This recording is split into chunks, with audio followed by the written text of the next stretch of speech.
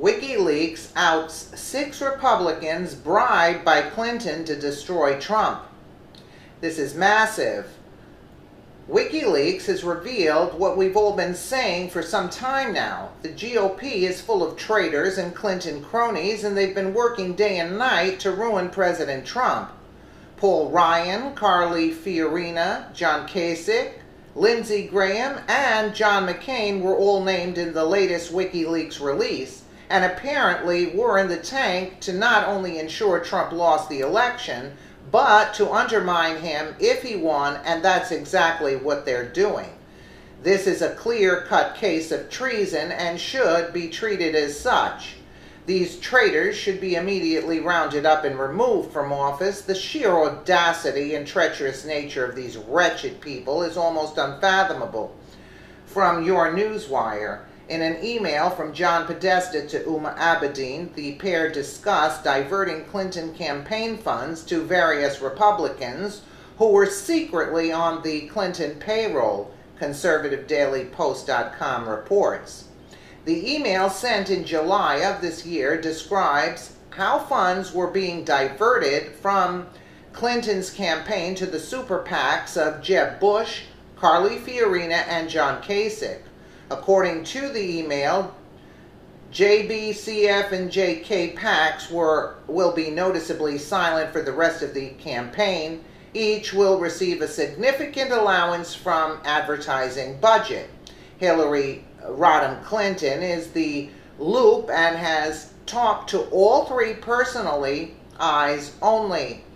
Other emails that surface do not refer to anything other than title have also surfaced that raised eyebrows. It seems at a glance that the Clinton Foundation, or as I am calling it, the Pantsuit Mafia, has bought off several key members of the Republican Party to push the Clinton agenda, such as he is on board, will retract the invitation to speak, eyes only.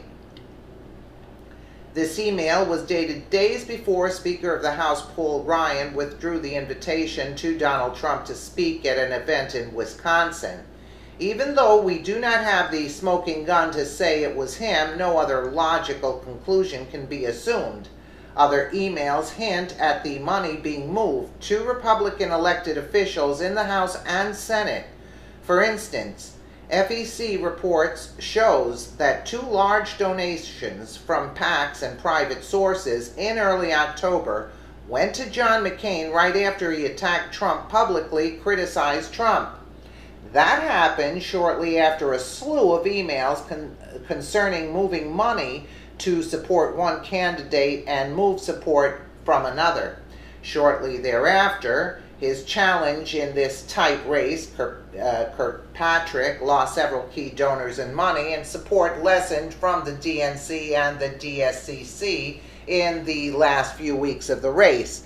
The thing to note is that McCain is one of the lead sponsors of a committee to investigate any Russian influence into the election. Senator Lindsey Graham, another outspoken critic of Donald Trump and briefly candidate for president from July to December also, it seems, received help from the Clintons. An email that simply states, cleared the road for him in 2020. Could mean that there will be no strong or supported Democrat in the South Carolina Senate race when Graham is up for re-election. As with McCain, Graham was publicly called for a look into the Russian influence in the election. There were a lot of politicians who were opposed to Donald Trump. These in particular all share a common bond, however. Trump humiliated them on stage in front of hundreds of millions of people around the world. This is more than just politics or conscientious objecting. This was revenge. Not just revenge, this is out-and-out treason. Our representatives took an oath to support our Constitution and its laws for our benefit, not theirs. This is why gridlock is prevalent in D.C. The treachery and the corruption are on both sides of the coin.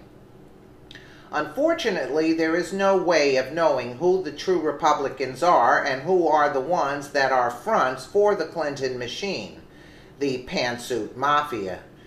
The number of emails is too overwhelming to easily sift through them all to find all of the turncoat rhinos. We must be diligent to ferret out those that have sold their souls for power. The only hope that we have for transparency of the Clintons anytime soon rests in the audit carried out by the IRS. Behold, in recent days there is a call to impeach the commissioner of the IRS.